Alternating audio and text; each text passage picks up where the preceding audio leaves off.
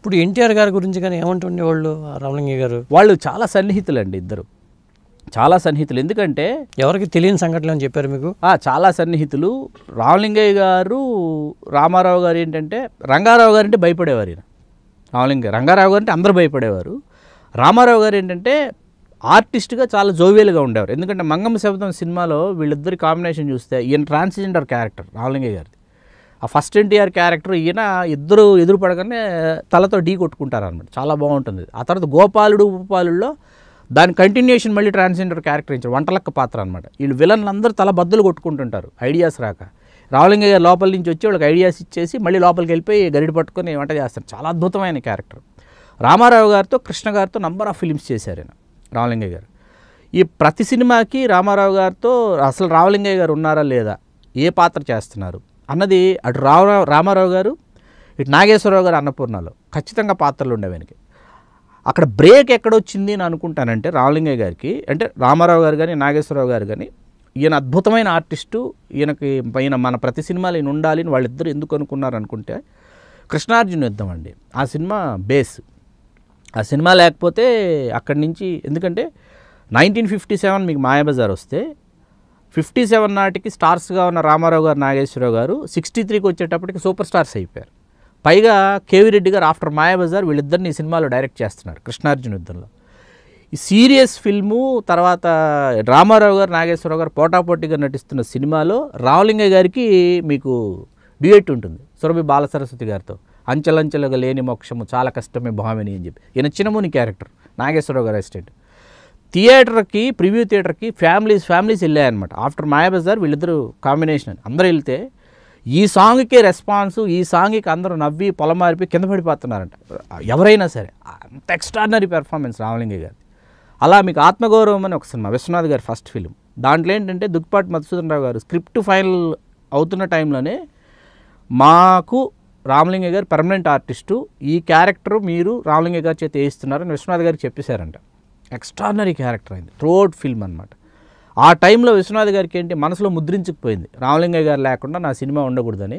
మీరు వరుసగా విశ్వనాథ్ గారి సినిమాలు, శంకరాభరణంలో కూడా అంతే కదా. శంకరాభరణం 79, 80s అండి.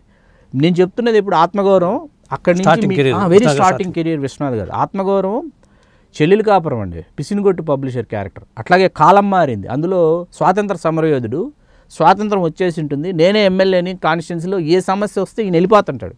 వెళ్ళిపోయి బాబు బాబు బాబు నాయన నాయన నాయన అని ఆ సమస్యను పరిష్కరిస్తుంటాడు ఈయనే అనమాట. ఈ 3 క్యారెక్టర్లు విశ్వనాథ్ గారి దీంట్లో డైరెక్షన్లో ఎక్స్ట్రాడినరీ క్యారెక్టర్స్ రామలింగయ్య గారు చేసింది. మనకు శంకరాభరణం, సప్తపది, ఆపద్బాంధవుల్లో రాజుగారి క్యారెక్టర్ ఒకటి, ఇవన్నీ తర్వాత క్యారెక్టర్స్, తర్వాత చేసినటువంటివి. ఈ వెరీ బిగినింగ్ కెరియర్ విశ్వనాథ్ గారు. ఇట్లా రామారావు గారు నాగేశ్వరరావు గారు ఏంటంటే వీళ్ళు రామలింగయ్య గారు ఉండాలి మా సినిమాలో. వరకట్నం టైంలో ఫస్ట్ షాట్ మీ మీద తెస్తాను, మీరు పెద్దవారు రండి అని చెప్పి రామారావు గారు షాట్ పెట్టారంట రామలింగయ్య గారి మీద. మీకు స్క్రిప్ట్ వచ్చేసింది కదా, డైలాగులన్నీ మీకు వచ్చేసాయి కదా, రెండో డైలాగ్ చెప్పండి అన్నాడు. ఈయన ఫస్ట్ డైలాగ్ నేర్చుకుని వెళ్ళారు. ఈయన చెప్పలేకపోయారంట. ఈయన డైలాగ్ చెప్పలేకపోతే ఆమ్య అప్పం పప్పం అని అనేస్తే ఏంటి ఏమైంది మీకు, టేకులు మీరు టేకులు తీసుకుంటున్నారు అని. సరే నేను కళ్ళు మూసుకుని కాసేపు అలా నేను సేద తీరుతాను, మీరు సేద తీరు రండి అనేసి అలా సేద తీరారంట. ఈయన గబగబా ఫస్ట్ డైలాగ్ స్క్రిప్ట్లో అన్నది ప్రిపేర్ అయిపోయి ఈయన చెలరేగిపోయారంట రామలింగయ్య గారు. చెలరేగిపోయిన తర్వాత అవును ఇందాక ఏమైంది మీకు, ఇప్పుడు చూడండి ఎంత బ్రహ్మాండంగా చేశారు. అది మధ్యాహ్నం ఈయన లంచ్ బ్రేక్లో రామలింగయ్య గారు పడుకుంటారండి కాసేపు. ఆయన చెప్తారు, భోజనం చేసిన తర్వాత నాకు కాసేపు నేను కునుకు తీస్తా, మీరు నన్ను కునుకు తీసుకోనీయకుండా షార్ట్కి పిలిచారనుకోండి, నేను కేకుల్లాగా తింటా, మీ ఫిల్మ్ ఎగిరిపోద్ది, కాబట్టి పడుకొని లేచి ప్రశాంతంగా వస్తా అని వచ్చారు.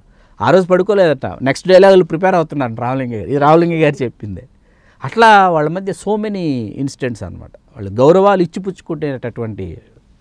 రామ్యామ్య అప్పం అప్పం ఉంది కదా. అవునండి. అసలు అది ఊతపదంగా ఎలా వచ్చింది? అది రామ్యామ్య ఆయనదేనండి.